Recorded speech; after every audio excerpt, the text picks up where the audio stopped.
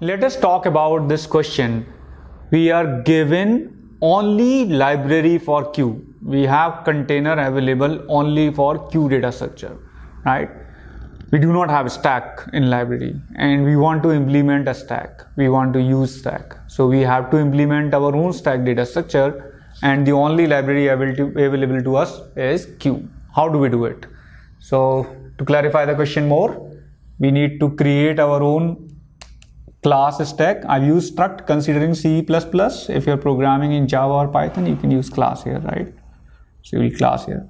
So we need to create our own class stack that has these functions: top, which returns the top item; push, which pushes an item; pop, which removes an item; size, which tells the size. And we can use multiple instances of Q library that is available to us. So please pause this video and try to solve this problem yourself, and we'll soon discuss the solution of it. There can be multiple solutions of this problem.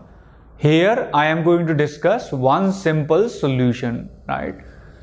What we do here is, whenever we push an item, we ensure that this item goes to Q1 only. We use Q2 only as an auxiliary queue, right? So when we pop an item, we simply take the front item of the queue.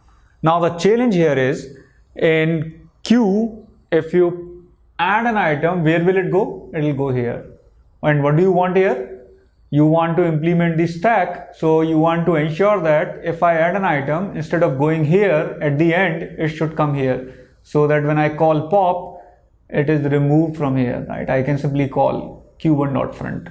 So if you look at this implementation, in top, I'm simply returning the front item. In size, I'm simply returning the Q1 size. In pop, I'm simply removing the front item. So what it means is, I'll have to ensure that when a new item is inserted, it should come in the front of Q1, because I need to maintain the stack leaf order. So what should be the changes after I do a push operation? Say I push 20.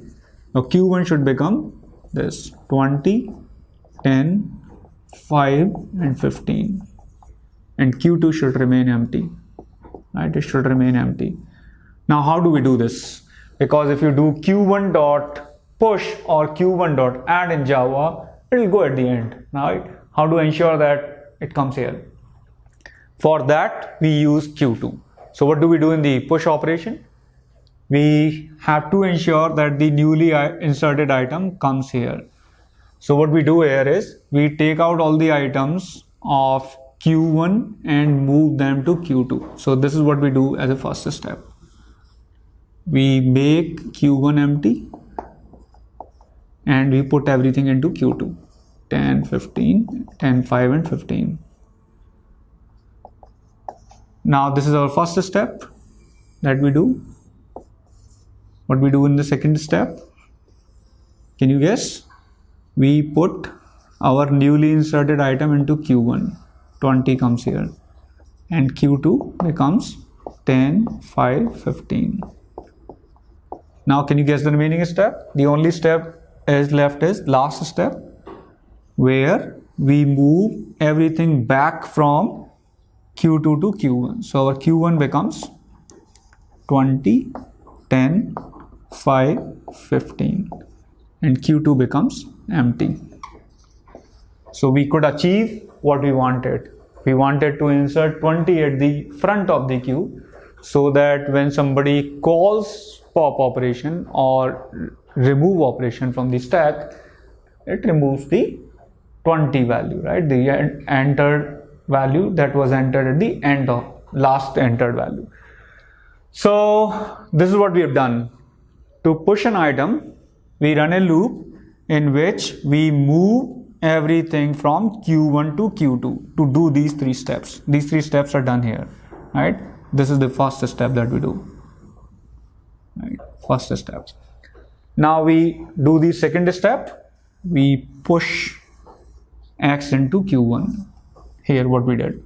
Now we do the third step. This is our third step. What we do in the third step? We take everything back from Q2 to Q1. So this is our third step, right? So this is how we ensure that whenever you insert an item, it goes correctly. So you do some extra work while pushing an item, and then your other operations become really simple. They all are big O of 1. Only your push operation becomes big O of n. Now I've discussed one solution. There are more problems for you to try at home. You can try the problem that I just said by making the pop operation costly, by doing something extra in the pop so that your push is simply q1.push, right? Other is using one queue and one recursion call stack. So interviewer might ask you, how will you use using one queue? You can use one recursion. You can use recursion call stack. And how do you implement a stack using one queue? So this is simply based on the recursive reverse of a queue that we talked about in the reverse of a queue question, right? The third question for you, opposite, implement queue using a stack, right? So we can use multiple stacks and we need to implement one queue. And there are three variations of this, like the three variations of the previous problem, by making the NQ operation costly, by making the DQ operation costly, and by using one stack and one recursion call stack. So please try all these questions, and we have discussed all the basics required for these questions. We have discussed the recursive reverse of queue using reverse of a queue function, and we have discussed one variation here where push operation was costly.